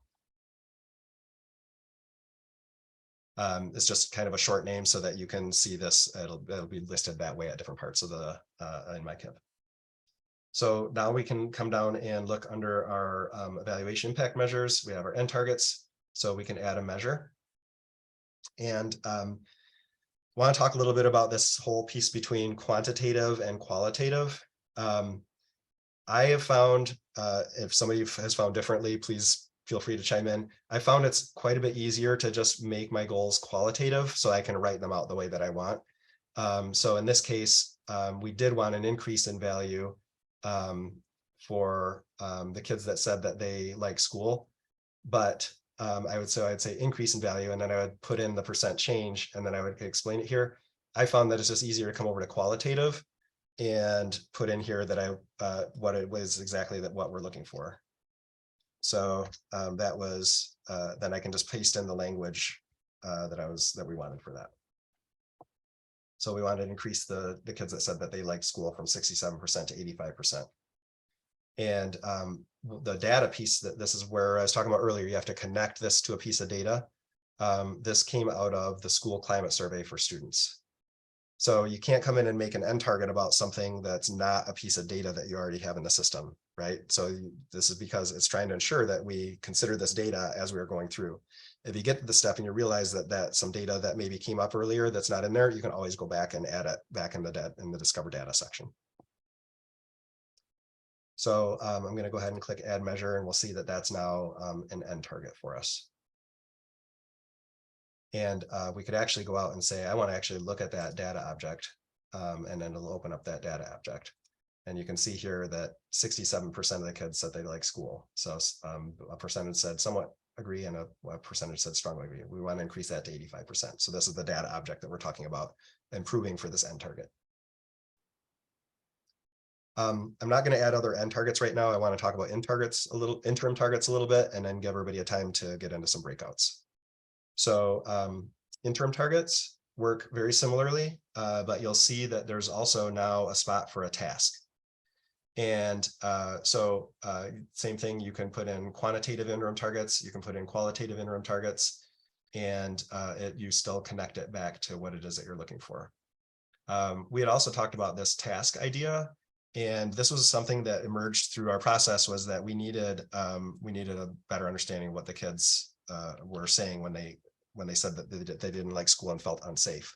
And so we are going to put in that task of creating a student forum to better understand the results of the student climate survey and ensure participation of traditionally underrepresented groups of students. And from here, we are going to make this something that we're going to do probably right at the beginning of our 23-24 school year. So I'm going to say that we're going to do this in October of 2023. By the end of October, we're going to have that group formed, and we're going to try to get that new piece of data from the kids. And that's going to help us with our monitoring. You can actually assign an owner to this, and they'll get reminders about that their task is coming up, which is a pretty great feature here. And so whoever you have added and have the right permissions to would be able to get that task. So I can click Add Measure, and then that's going to show up as an interim target. All right, so I think that was the demo that I wanted to do here. So I want to just do a quick check-in to just see if there were any questions. It doesn't look like any questions popped up in chat, but I just wanted to see if anybody had any questions about that process, if there was anything that they found really successful as they've gone through the process, or any challenges. Or to hear from anybody else that would like to chime in with some professional learning or advice around it.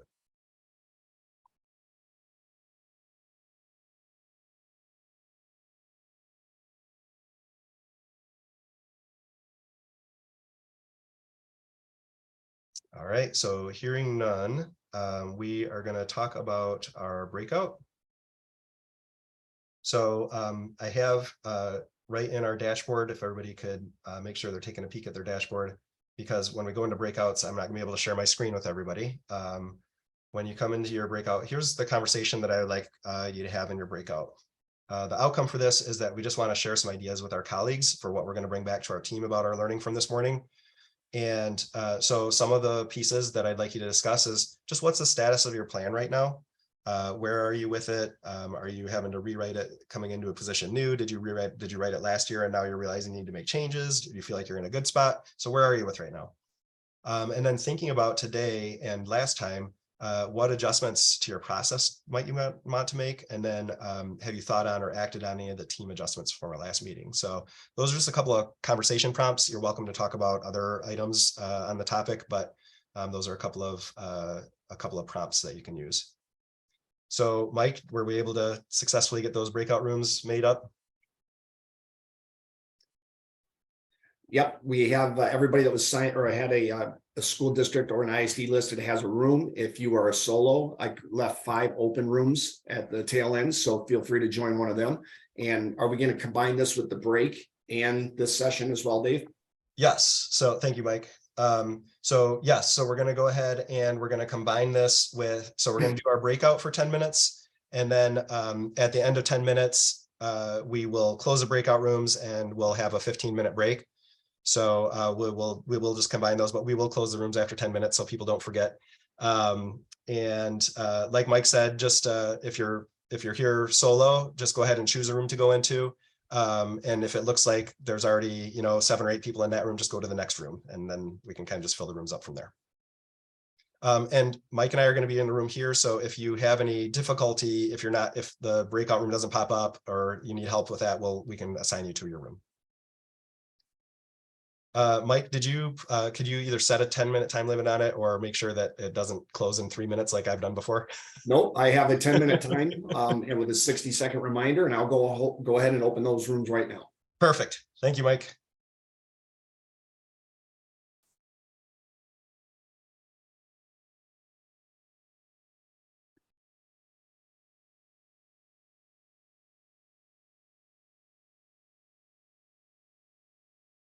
Anybody need any help getting into their room?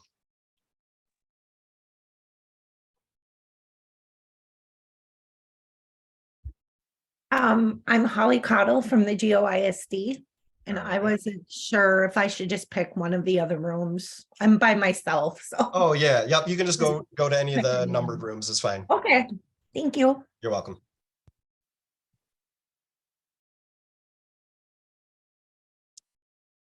It looks like we just had N. Mitchell just popped back with us, had to get interrupted. So we are just actually getting into some breakout rooms. So you should have either that should have popped up, or it might have you might have the breakout room button at the bottom of your screen. And we do have the topics up on the screen there. I didn't get a breakout room and it's not popping up on my screen. All right. Are you here with a team, Tiffany? No, I'm not. All right, we'll go ahead and let's see here. Looks like room 18 is getting pretty big. All right, we're gonna pop you into room 21. Okay, thank you. Sure thing.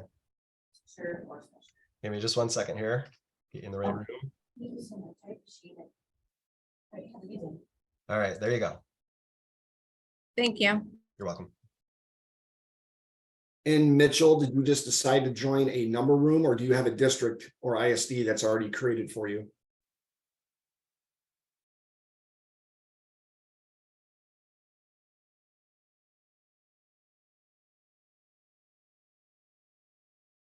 Okay. Oh, she's in Bellevue. She's good. No,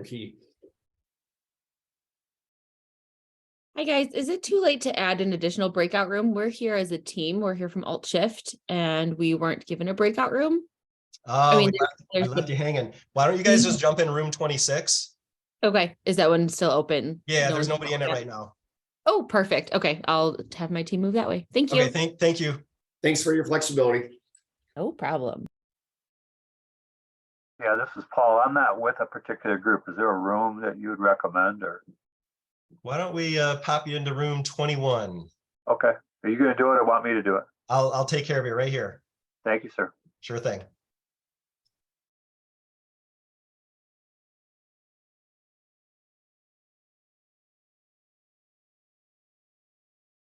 All right, everybody that want a room, get one. I did get a couple of messages from people that had to run out and address something going on in the building. So.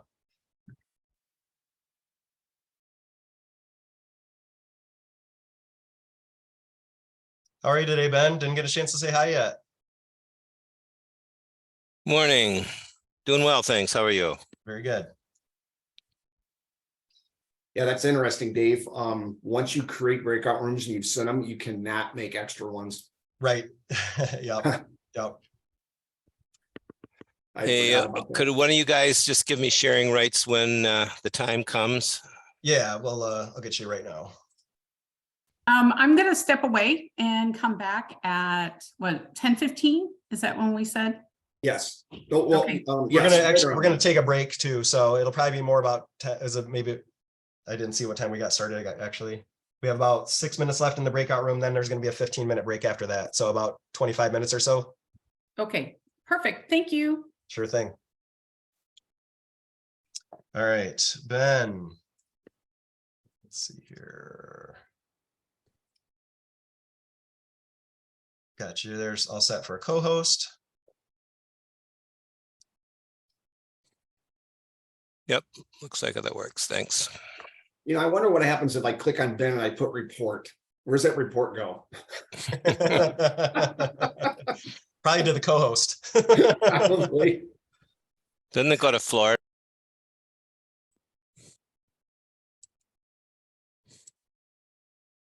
Good morning, everyone. Thanks for a few minutes here to talk about the MICIP limited maintenance goals.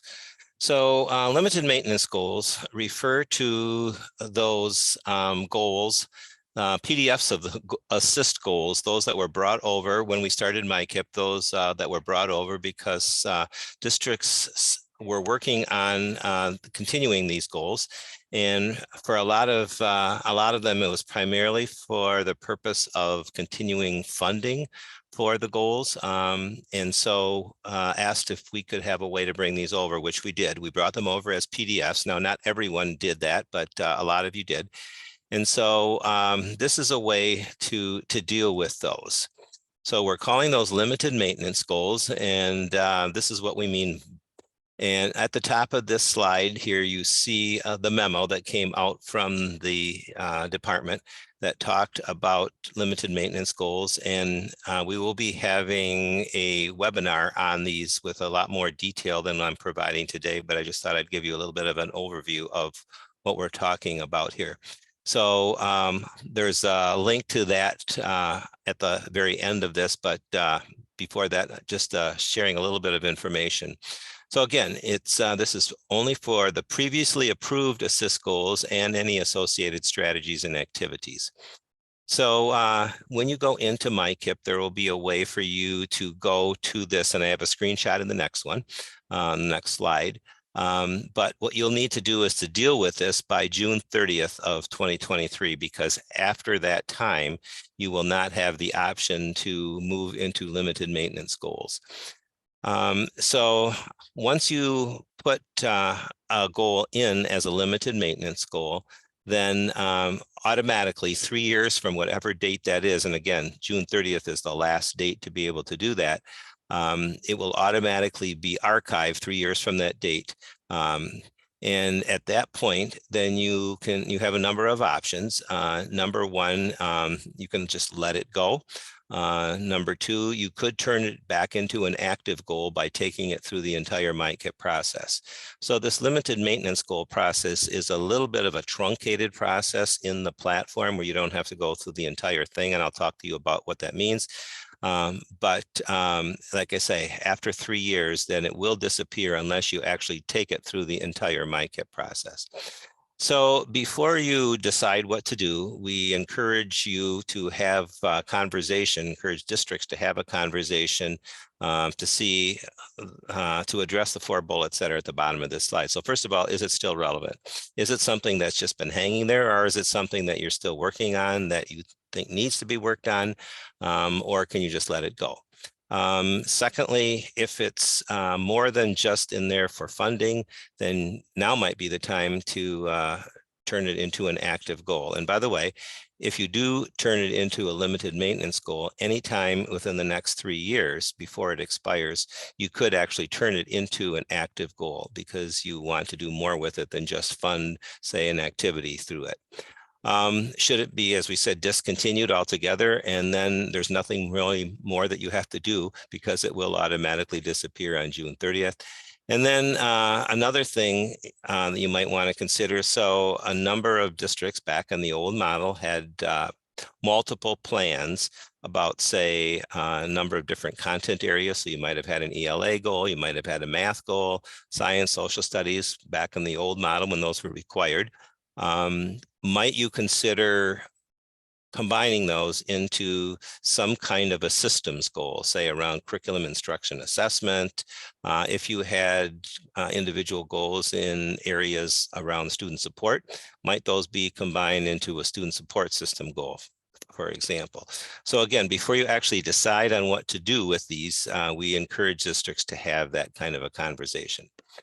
So at least for the next 3 years, again, you'll have the opportunity to have 4 kinds of goals. So the first one being an active goal.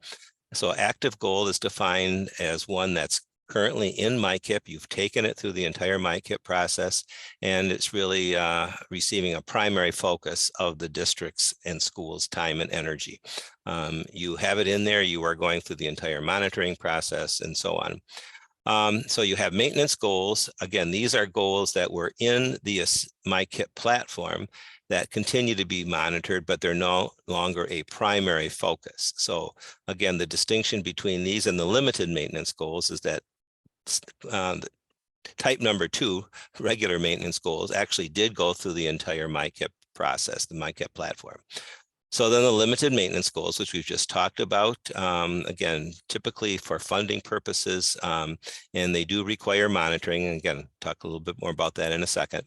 But then archive goals. So those are those goals that have been addressed in the past, but they're no longer a focus. You might want to keep them in there just so you know that you worked on them.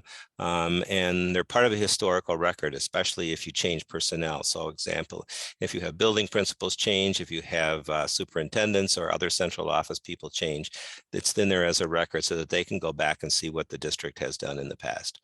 So again, as we said in the summer of 2023, I've said June 30th, because that's the date that limited maintenance goals have to be established. It might not be exactly that same date that the PDFs will disappear, but it will be this summer. So by virtue of the mechanics, and again, we'll get more into this when we have our webinar, but you will enter limited maintenance under the plan in the navigation bar. And you can see you have some choices there to manage goals, manage strategies, or either to manage or then to create this limited maintenance plan. And really, when you go into the limited maintenance plan, there will be pieces that look very much like the rest of the MICIP platform, but you will be in a whole different section. So even in maintenance, you will not be in the regular maintenance section, but you will be in a, in a monitors. You will not be in the regular monitor section. You will be in the monitor section of the limited maintenance plan. Okay. So again, in terms of what limited maintenance goal is, the information should come from the previous assist goal. You will be asked to upload a specific section of the Khan app that basically shows that these have been previously approved.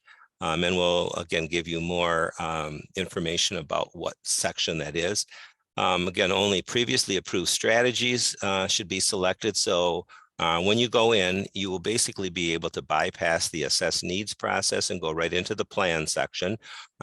As with all the other goals, the strategies do have to come from the strategy bank. So if the strategy that you've selected in the past is not in the bank, you'll actually have to go in and put it in. Again, you'll have to identify only those previously approved activities as well as the funding that's been associated with the previously approved strategy. So you can't add any strategies, you can't add any activities. Again, this is just a way to continue funding those that have been previously approved. And as I said, it will require monitoring, and the monitoring will look very similar to any active goals that are in the platform. So that's just kind of a quick overview, high level view of basically what the process is going to be. And as I said, we will be sharing more about this, getting more into the detail at our webinar that's set now for Friday, February 24. It is appropriate for whatever role, ISDs, districts, and schools, certainly. But since MICIP is primarily a district process, again, it'll probably be more appropriate for district level folks. But again, we will be recording and posting it. The link to the webinar is there, as well as the meeting ID and passcode. So again, we invite you all to participate in that. And if you can't, we will try to get the recording posted as quickly as possible after that date. So that's basically what I wanted to share today around limited maintenance goals. If there are questions, I'm certainly happy to answer them. But like I say, I'm not going to go into a lot of detail because we will be going into that level with the webinar.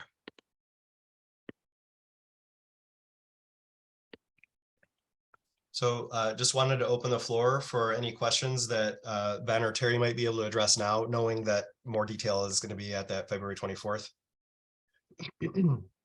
So So Lindy had a question in the chat about, or at the February 24th session, are you going to go into how to, I think you had mentioned about the reading goal, math goal, you know, are you going to kind of go into maybe some examples or some strategies about how to go about that process? So establishing a systems goal will mean turning goals into active goals. So the only thing that you can do in terms of the limited maintenance goal is to just basically put what you currently have as the PDF of your assist goal into that. You can't make any changes. So we do, Lindy, we do have our systems webinar that is very close to being posted. I mean, we certainly could talk a little bit about that, but again, that's probably going to be more information that will come out of that systems webinar than it will be specifically, you know, out of this one. But yes, we certainly could add a little bit of information around that. But again, that will be different than the limited maintenance goal. That would be actually turning it into to an active goal.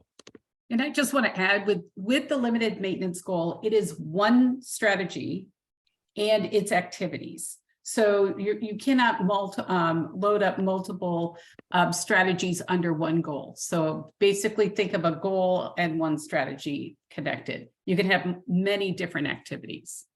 So you can't weave that into a systems goal, at least as limited maintenance. So Terry, if a district has a goal that was brought over as a PDF and they have two strategies, could they enter it twice as two separate limited maintenance goals, each with its own strategy at that point then? Yes, and I would think that the naming would be important for that. So the goal would be the regular goal name, and then you may just want to put strategy 1 at the end and then strategy 2 is the other, or you can make it as detailed as you need to. For goal names though, we try to keep it to 100 characters. Yes, Lisa, this is in anticipation too. The reason why it's going into maintenance is because Nexus reads active goals and maintenance goals. So that's why you can include your funding when you go into Nexus for those goals.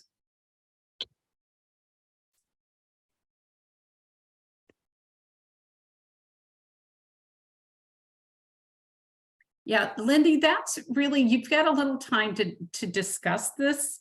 You know, as this has been brought up with other districts, the conversation has been exactly that. Do we want to take this and just make it into a maintenance or into an active goal? You really need to look at, or an existing goal, as Ben had mentioned.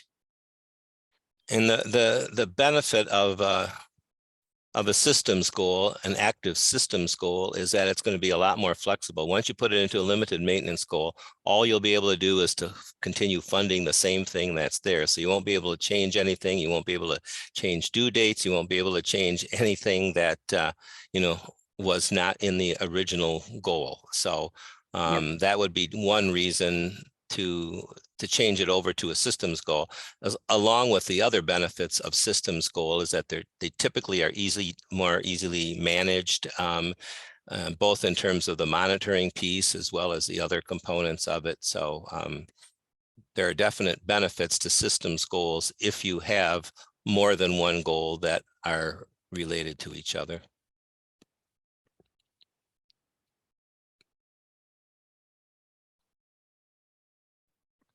Lisa, could you maybe say a little bit more about the, oh, she just got on the phone. Maybe we catch her afterward. Other questions for Ben or Terry?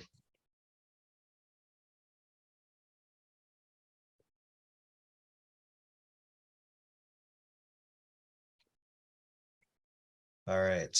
I think I'm guessing that a lot of people are like, well, I have questions, but it sounds like February is the time to get that answered. So that's totally fine. Right. Yeah, and we are going to, oh, go ahead, Terry. I was just going to say that at that webinar, we will go into tiny grains of information. It will be very specific. So exactly where in the Khan app that we want you to upload and what this is going to look like over the next 3 years, all of that good stuff. So you'll be well informed. All right, so I am going to talk a little bit about MICIP, Nexus, and Consolidated App. I don't have a lot to report, but I'm going to just give a little bit of information about that. So I mentioned at the beginning that that I had talked with some members of OES to see if they could come and do a quick presentation today, probably about the length of what Ben did, to get everybody kind of pointed in the right direction for what might be available with Nexus this year. And then also to talk into what they might be looking for with between MICIP, the goals, our goals, strategies, and activities that we have in MICIP, and making sure that there's a connection between that and the funding requests that we're making in the consolidated application. And like I mentioned at the beginning of our the meeting today, they weren't able to kind of get enough of information ready and to kind of publicly talk about all of that. So I just kind of talked with them a little bit about what I could share today. And I know that especially even if you've been here for a couple of years with us, we've seen screenshots of this interaction of Nexus and MICIP, where any of the, excuse me, any of the goals and strategy, or the strategies and activities that we've identified in our MICIP portfolio would be available in Nexus as dropdowns to say, hey, I'm making this request. It's connected with this strategy and this activity. And anybody that's worked in the consolidated application for the last few years knows that there's been a mountain of trouble with Nexus. And in fact, our amendments for consolidated application this year have been extended because of problems that are still going on now. And so basically the word that I have as of today is it'll be really nice if we have that integration of MICIP and Nexus, but it's probably not something to count on for right now. And so what I was really hoping to hear from them today was what is it then, that we really are expecting to see in MICIP? Do they have, are the consultants going to want to go into our MICIP plans and check that the funding requests are something that are listed in our plans, since we may not be able to make a direct connection, and we just don't have answers to some of those things.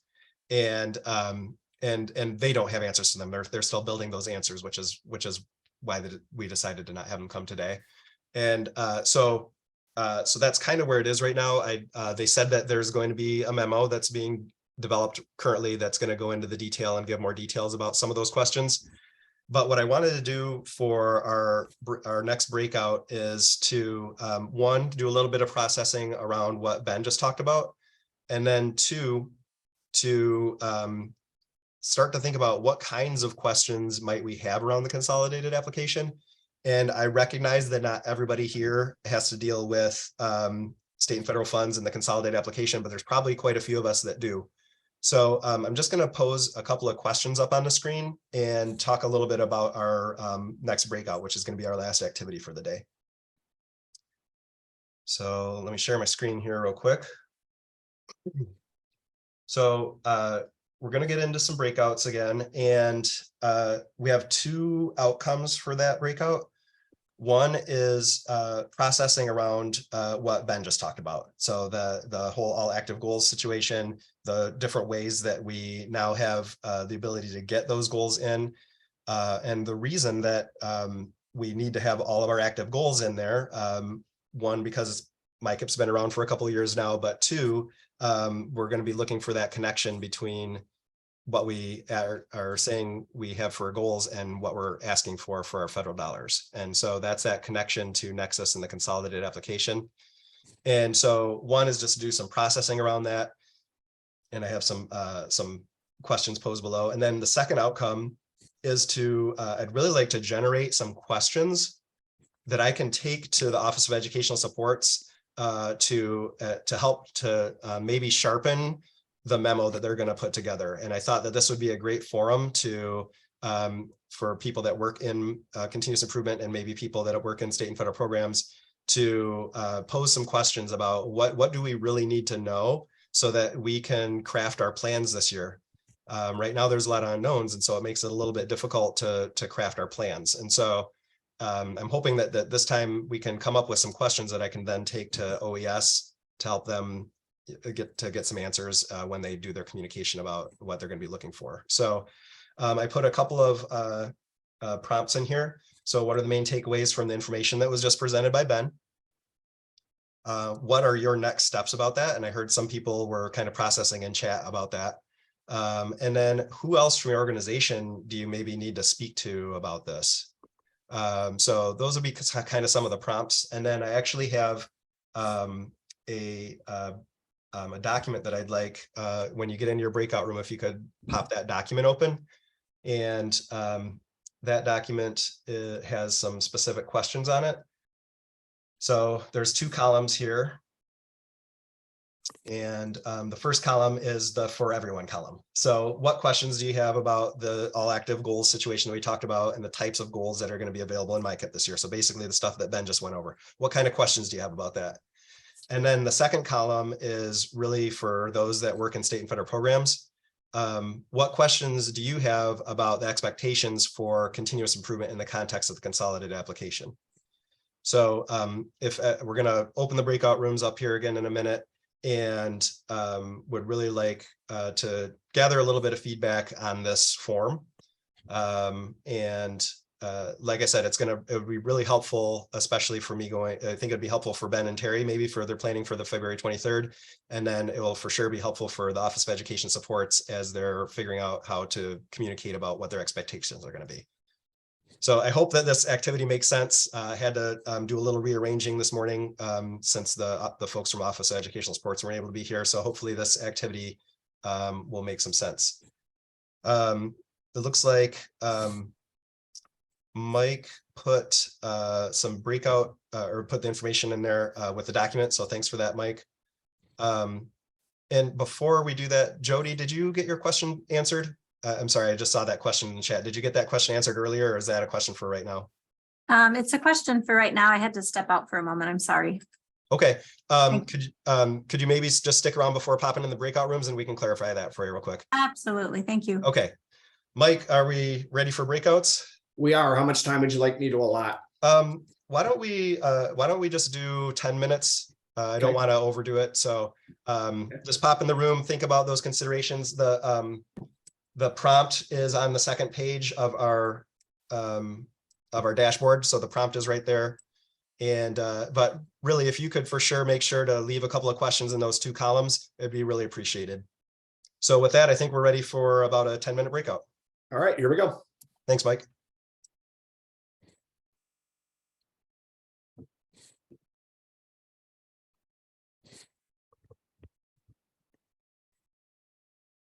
And Jody, I'm going to pop up the presentation that Ben just went over, and I'm going to go to, there's a page in there that I think will, let's see here. Yep. Is that in our document? Yes. So right here, I'm on the first page of our dashboard. It's way down at the bottom where it says all active goals, limited maintenance goals. I see it now. Yep. Thank you. So Ben, do you want to maybe just do a quick overview here for Jody?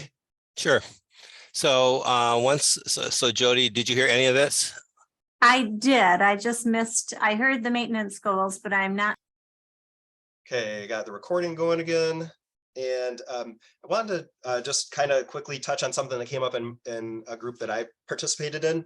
And then just wanted to open it up to see if there are any other questions or feedback from any of the other groups. But I was in the room that I was in was kind of asking for some more clarification, like kind of like, what is this for? Under what circumstances do we want to use these limited maintenance goals, and under what circumstances do we not want to? And what I would say is this is really tied to funding that you are going to ask for in the consolidated application. So if you already have a full plan and you can tie all of anything that you're going to be asking for in the consolidated application to existing goals, strategies, and activities that you've established, you probably don't need to mess with this limited maintenance goal stuff at all. But let's say that you there were some things in that previously, or that you've just always funded. So you always have your Title I paraprofessionals or your Title I teacher funded out of in the consolidated application. You've always had that, and there's not currently a strategy in your plan that is as developed now well, this is an efficient way to just quickly put that into the plan and bypass all of the data discovery and all those sorts of things. So it's really the mechanism or the reason for the whole thing is really to be able to get things that have always been funded efficiently into your plans. If you've already accomplished that in other ways, you don't need to mess around with this at all. So that was just kind of one of the conversations that we were having in our group. What other kind of conversations were going on?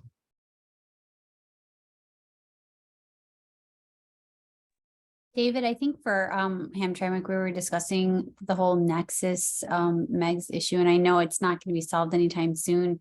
But one of the hardest things we're finding right now is trying to figure out how to, especially when we're planning for like Title II and conferences for teachers that are wanting to go, and not being able to, budget for it and get a response in time for them being able to go. We find ourselves like we're constantly reactive. Yeah. And it's not healthy for kind of even the morale, because people want to continuously grow. They want to attend all these conferences. We want to encourage them to go. It's just the frustration around being able to have a solid budget or something that we can rely on is hard. So for us, it's just, I know they don't have a tentative date of when things can be fixed, but I don't know if that's something you can share back with everyone at the top. That'd be great. Yeah, Widad, could you get that? Could you just, in that document that we were working on earlier, could you just put something to that effect in there so that I can make sure that I remember this part of the conversation? Yep. Yeah, for sure. And then maybe one thing that I would say that might be able to help is you can always get pre-approval from your OES rep. And so whether or not like the budgets are working or we know how it's going to get connected in the Consolidate app or anything like that, if you are seeing things that you want to have people go to, you can contact your rep and get pre-approval for it. And that will always be evidence no matter how we end up connecting things later. So, we could talk a little bit more about that offline if you wanted to, but that's just another thought is you don't necessarily have to wait to figure out, okay, how are we going to get these goals in and how are we going to you could start to just get pre-approval now and kind of figure that other stuff out later. Just a thought. Okay. Yeah, great. Thanks. Maybe we can discuss offline at some point, but yeah, I appreciate that. Thank you. Yeah, sounds good. Other conversations that came up.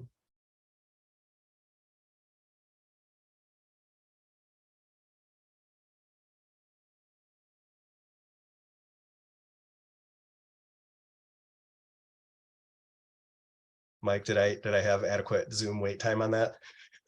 20 seconds. That's what the research says. Okay. All right. Well, I appreciate the conversation that everyone is having, and thank you for those that were able to get a few items in our questions for MDE document. And feel free to continue to add those if maybe there was something that was on your mind, but you didn't get a chance to add it. If you could do that maybe before you leave today, that'd be great. You know how it is. Once you leave the PD, it's going to be off and run into the next item. So if it's on your mind now, please get it in the document. So we are going to go ahead and wrap things up for the day. I just want to share my screen real quick. So I know I've hit on this a couple of times, and so I apologize to mention it again, but the reflection portion of the day is very important for us. One, just so that we can make sure that we're hitting everybody's needs for our next session. But like I mentioned earlier, we really want to build a really excellent session 4. And we left that open-ended so that we could hear from everybody what they needed that day. And so the place to do that is right at the very bottom of our first page is the feedback survey. So last time we had about 80 people were in our PD and about 27 filled out the feedback survey. So I'd love to beat 27 today. So hopefully we can get a few more than 27 fill it out. And really the main thing that I'm concerned about is the last question that's in there about what are your needs for the breakout sessions that we're building for session 4. So what's something you need more information about? What's something that hasn't been talked about yet that you really need to know about? So please fill that out. If you know of somebody that it would be great for that, you could put their name and contact information in there if you have it. If you think that you would be great and you would like to present about something, put your name in there. It would be great to have some of that information. So we want to build a really great session 4. So help us build that out by filling out the feedback survey. The other item is to fill out your Jamboards, and we have those broken out by your first initial of your last name.